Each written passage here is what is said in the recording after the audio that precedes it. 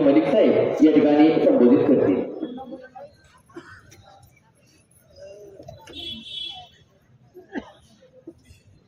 कुरुवाडी नगर परिषदच्या निवडणुकीसाठी आयोजित करण्यात आलेल्या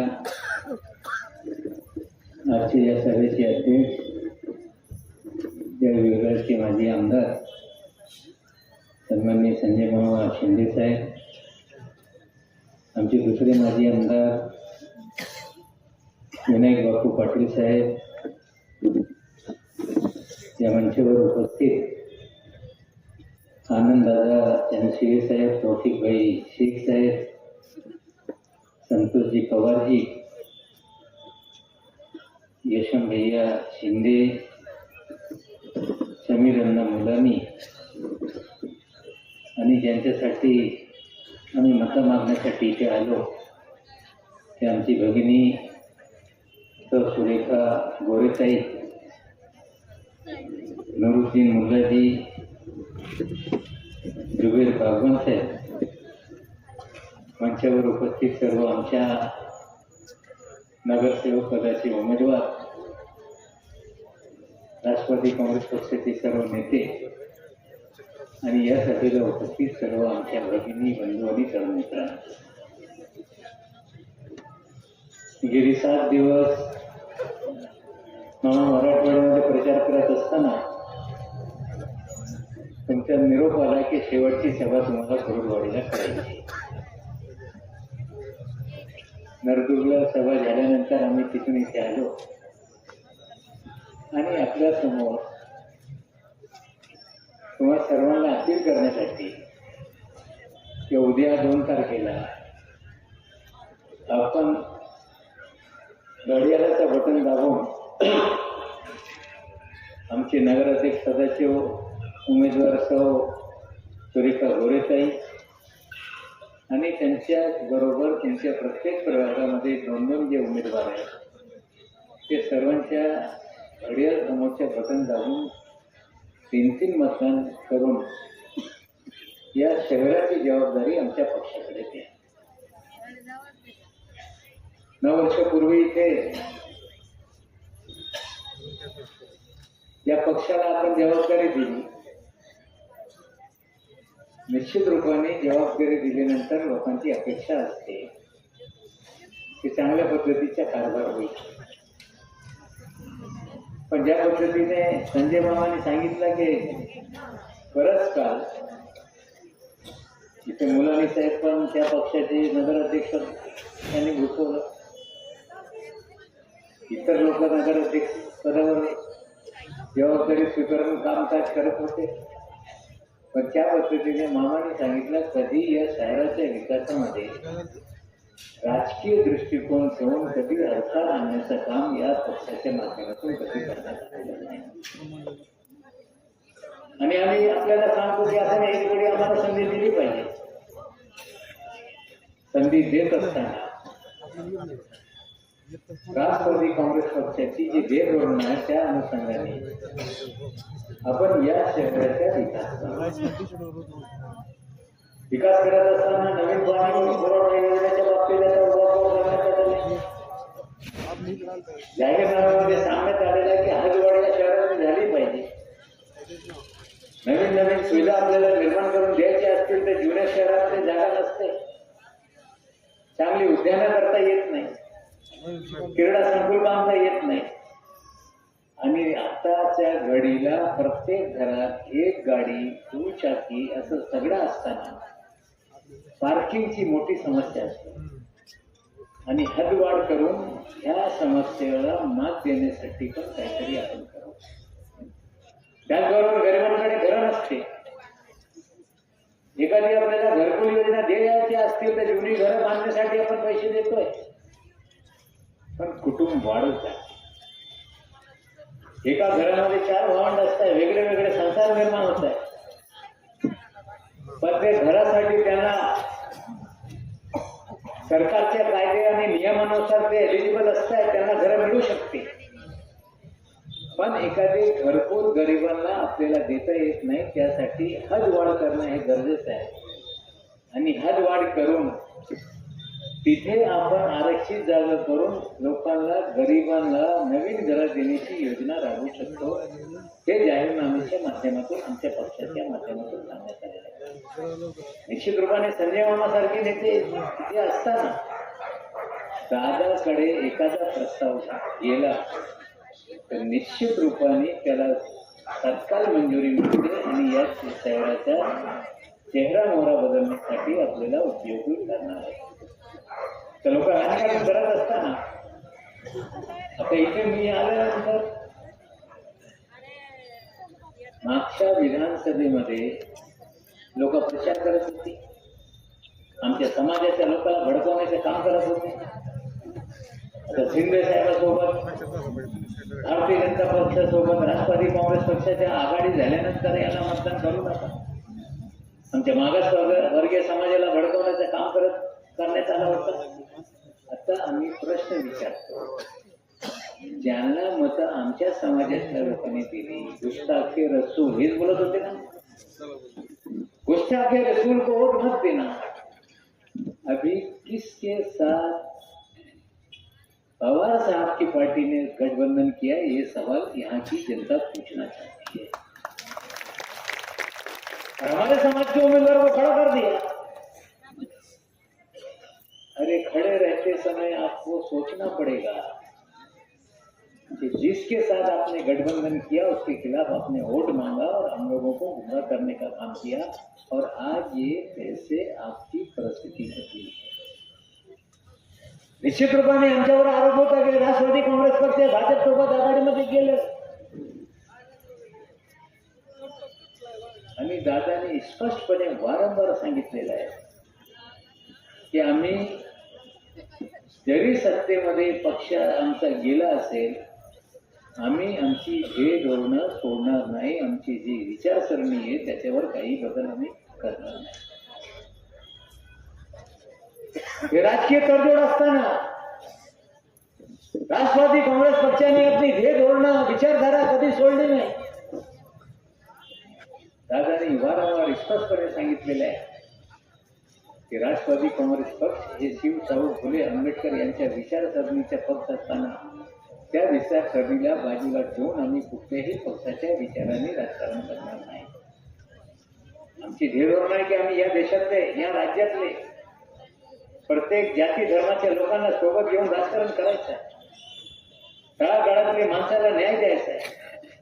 आर्थिक दुर्बल घटक असेल तर त्याला ताकद देऊन त्याला पुढे आणण्याची ध्येय धोरण ही पक्षाची आहे.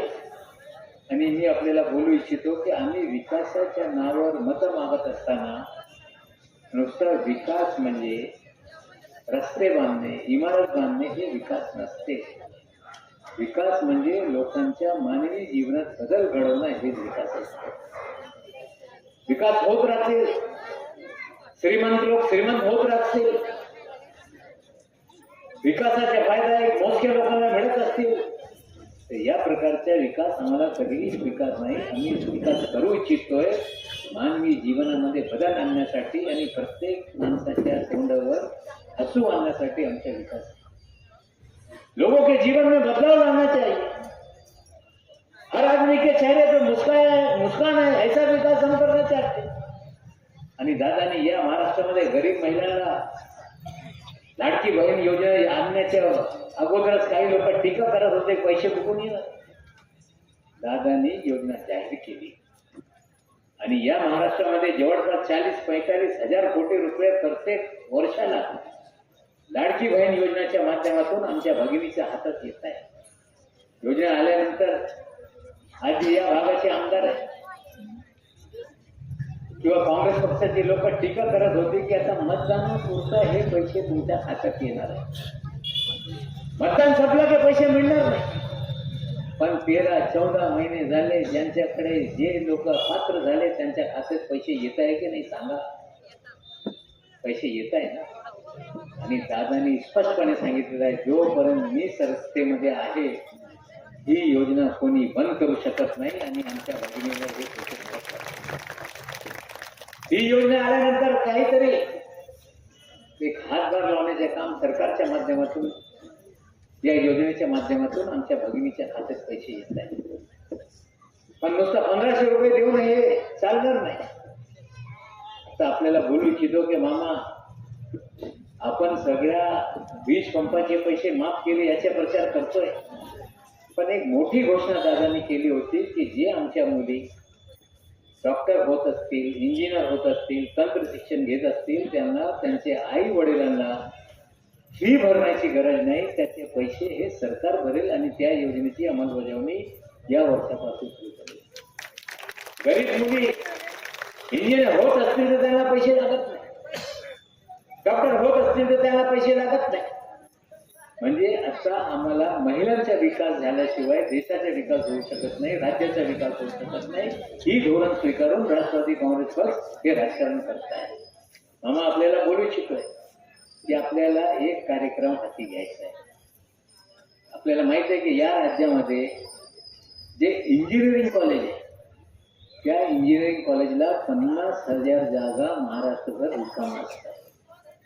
आपल्याला ज्या मुली आता शिक्षणाचा निकाल आल्यानंतर 10वीचा आपण बघतोय की मुलं हे कमी पास होत आहे किंवा त्यांना गुण कमी मिळत आहे, पण मुलीचा निकाल 100% असते आणि त्यांच्याकडे जास्त गुण असतो, अशी परिस्थिती या राज्यात आहे. आपण हाती कार्यक्रम घ्या की ज्या मुली 10वीमध्ये बसलेल्या आहेत त्यांच्या निकाल आल्यानंतर त्याची यादी तयार करा आणि यांना सायन्समध्ये ॲडमिशन घेण्यासाठी आपण त्यांना पुढे करा. आपल्याकडे वर्ग कमी पडत असतील तर शासनाकडून आपण मान्यता घेऊ आणि त्यांना सायन्समध्ये 11वी 12वी केली. ज्या 12वीची मुली आहे त्यांना CET साठी एखाद्या क्लासेस सुरू केली तर मग आपल्याला CET परीक्षा दिल्यानंतर कितीही गुण या CET मध्ये मिळाले असतील, सगळ्या मुलीला इंजिनिअरिंगमध्ये आपल्याला ॲडमिशन मिळवता येते आणि त्याला एक पैसे फीस लागणार नाही. बिन पैसे आपली मुली या शहरातली इंजिनियर होत असताना आपल्याला सांगू इच्छितोय की आपण वेगळे वेगळे ट्रेड असणार. आपल्याला मेकॅनिकल इंजिनियर व्हायचं नाही, सिव्हिल इंजिनियर व्हायचं नाही. आपण IT बेस्ड कोर्सेस जे कम्प्युटर इंजिनियर असतील, आर्टिफिशियल इंटेलिजन्स असतील, नवे कोर्सेस आलेले आहेत.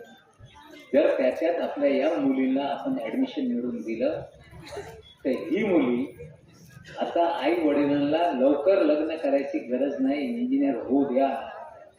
आणि IT सेक्टरमधल्या इंजिनियर झाले आमच्या मुली तर त्यांना कुठेही ऑफिसमध्ये जाण्याची गरज नाही. वर्क फ्रॉम होमच्या माध्यमातून घरी असताना आई वडील यांची सेवा करत असताना, स्वतःच्या मूलभाल बघत असताना प्रत्येक घरामध्ये 1,50,000 रुपये महिन्याची हे इन्कम आवक वाढवू शकतो. हा कार्यक्रम पक्षाच्या माध्यमातून आपल्याला या विभागात घ्यायचा आहे आणि दरवर्षी या शहरातील 100-200 इंजिनियर मुली घडवण्याचे काम पक्षाच्या माध्यमातून करू. बेरोजगारीची समस्या या जाहीरनाम्यामध्ये तुम्ही सांगितलेलं आहे. या पद्धतीने या मुलींना जर आपण या क्षेत्रामध्ये ट्रेन केल्यानंतर ते कुठेतरी त्यांच्या माध्यमातून एक रोजगार घरी बसून मिळू शकते. आणि आजच्या घडीला बेरोजगारी एक मोठी समस्या असताना माझ्याकडे 2दा एक तंत्र शिक्षण खालसा होता. आपल्याला MIT कॉलेज आहे ते आपल्याला माहिती आहे, MIT. तिथे 2003 साली मला बोलवण्यात आला होता आणि तिथे चर्चा सुरू झाली की आपल्याला या देशाची लोकसंख्या, या देशाची समस्या आहे ते सांगा. मी बोलू या देशाची लोकसंख्या या देशाची समस्या नाही. समस्या ही आहे की आपल्याकडे जे तरुणाई आहे त्याला आपण व्यवस्थित ट्रेन करत नाही, ही आपली मोठी समस्या आहे. तंत्र शिक्षण मंत्री असताना बोलत असताना आज जगामध्ये लोक त्याला बोलतायत, स्वीकारतायत. आजच्या घडीला कौशल्य विकास विभाग माझ्याकडे असताना मी योजना तयार केली आणि सरकार कुठेतरी त्या दिशेने पुढे जात आहे.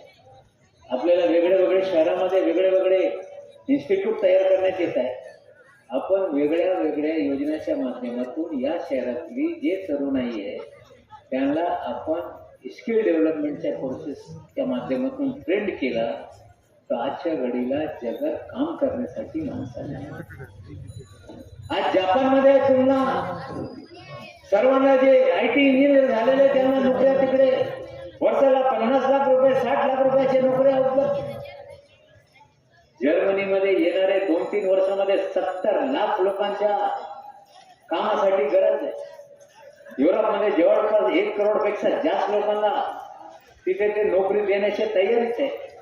खाडी देशामध्ये नोकरीची गरज आहे. अमेरिकेमध्ये लोकांना चांगली काम करणारी माणसं पाहिजे. कॅनडामध्ये, न्यूझीलंडमध्ये, ऑस्ट्रेलियामध्ये चांगले काम करणारे वर्ग पाहिजे. नर्सेस त्याला पाहिजे. त्या प्रकारे जिथे जिथे गरज आहे त्या प्रकारचे आपण हे वर्कफोर्स तयार करून या भागातल्या बेरोजगारी दूर करण्यासाठी आपण शासनाच्या माध्यमातून, पक्षाच्या माध्यमातून व्यवस्थित एखादा आराखडा तयार करून आपण लोकांना रोजगार मिळवून देण्याचं काम हाती घेतलं पाहिजे. राजकारण होत असणार. निवडणुका आज होत आहे, उद्या निवडणुका संपतील. 3 तारखेनंतर आपल्याकडे कार्यक्रम काही नाही. पण आपण बेरोजगारी दूर करण्यासाठी लोकांच्या कुठेतरी घरात जास्त कमावणारे लोक तयार करण्यासाठी कार्यक्रम हाती घेऊ आणि निश्चित रूपाने आपल्या विकासाच्या मॉडेल हे मानवी जीवनामध्ये बदल घडवण्याच्या विकास मॉडेल आपण दाखवून देण्याची जबाबदारी पक्षाच्या माध्यमातून स्वीकारू. आजच्या घडीला उद्या सकाळी 7:30 वाजता म्हणजे 9 तास नंतर मतदान होणार आहे. आमच्या भगिनी जास्त तिथे बसलेल्या आहेत. मला वाटतं 7 वाजता सभा सुरू झाली असेल. स्वयंपाक केलेला आहे की नाही, लोकांचं जेवण झालं की नाही मला माहीत नाही. त्यासाठी जास्त आता सभा लांबवायची नाही. मी जास्त न बोलता आपल्याला घड्याळ चिन्हावर बटन दाबायचं. हात वर करून दाखवा आपण कोण करणार आहे. सगळ्या भगिनी हात वर करताय. तिथे आमचे बंधू काही हात वर करत नाही. याबाबत निश्चित रूपाने हात वर केले लोकांची आता जबाबदारी आहे.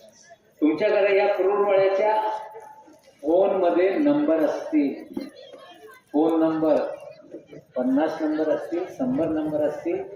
प्रत्येकाला जबाबदारी घ्या. या 8-9 तासामध्ये मी माझ्या फोनमध्ये या शहरातले जे कोणी मित्र आहेत, तुमचे ओळखीचे लोक आहेत, त्यांना फोन करून सांगायचा आमच्या ठरलं आहे घड्याळ आणि घड्याळच्या बटन दाबा. आम्हाला पूर्णपणे विश्वास आहे यावेळी आमच्या गोरेताई नगराध्यक्ष होतील, आमचे नगरसेवक निवडून येतील आणि या शहराचा चेहरा आम्हाला बदलेल.